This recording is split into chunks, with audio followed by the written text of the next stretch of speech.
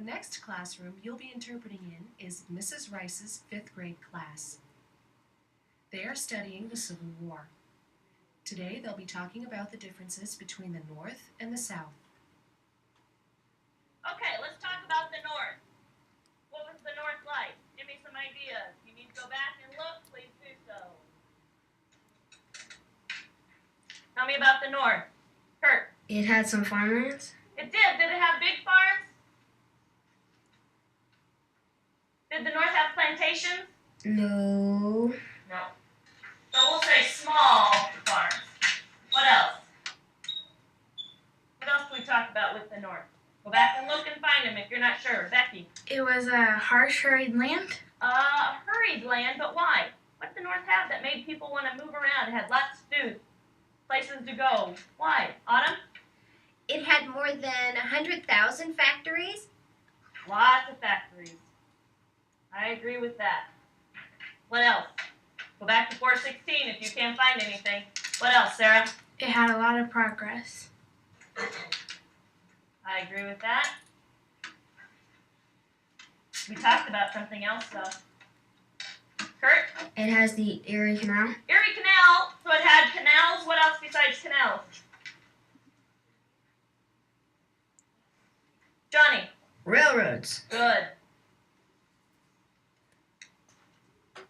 Anything else? Rosie? That goes with this one. Canals, railroads are all part of transportation. Anything else that goes with transportation, Jenny? Steamboat. Steamboats. Those were all things that moved goods from place to place, right? In the North. There's one more thing we talked about. We said that they grew from 2 to 45. What was that? What grew from only 2 of them in 1790 to 45 in 1860? What was that, Michelle? Cities. Big cities. Most of them, they said, were in the North. So the North is a place of big cities. They have factories. They have a few farms, but they're small farms. They're not big farms. They are progress. They have lots of progress. There's one more thing. Starts on the bottom of 416 and continues on to 418. 417, my apologies. Josh? Immigrants.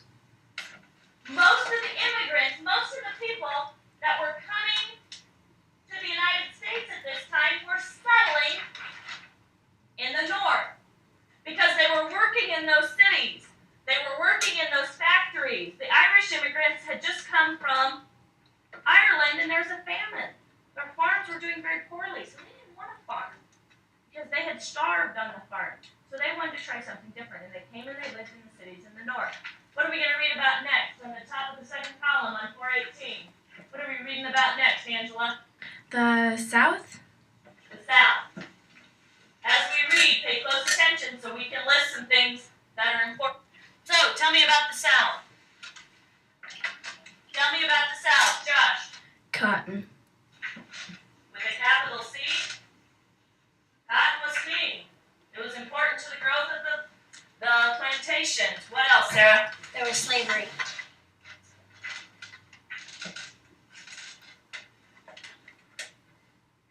Good. What else? Autumn? They had very good farmland. Good farming. Tell me about those farms. Oh, How are they different from these farms in the North? they were bigger, and a lot of people said they were beautiful, and it created a profitable way of life. Big farms called what? They had a special name for these big farms. What are these big farms called, Kurt? Plantations. We talked about plantations earlier in this year. What do you remember about them? What do you remember about plantations, Sarah? They had many different buildings for the slaves. Yeah, they had quarters for the slaves to live in, right? But did they have to go to town to buy their soap? Butter? How about food? Why?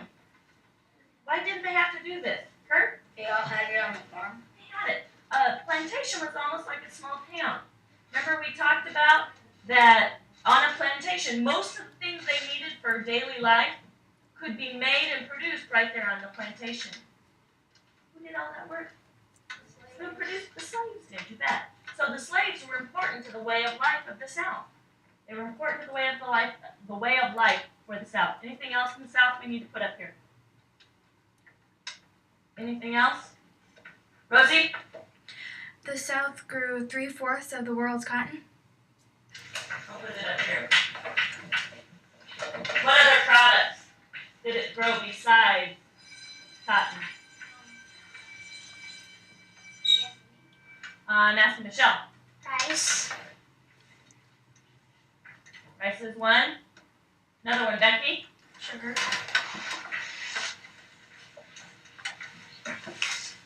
Johnny. Tobacco. Gabe. Indigo. Good.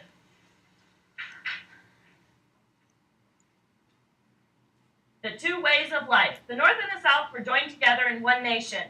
But as you have read, each had its own way of life. The North was fast becoming a world of cities and factories. The South remained a world of plantations and farms.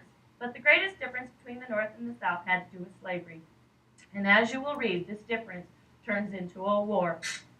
The big difference is the North had factories and lots of immigrants that came and worked in those factories, worked in those cities. Who ran the plantations? Who ran the plantations in the South? Who did all the work? Kurt? Slaves. And so that was a huge difference of opinion. Rosie? Yes, it is. It is going to be the start of the Civil War. Page 425.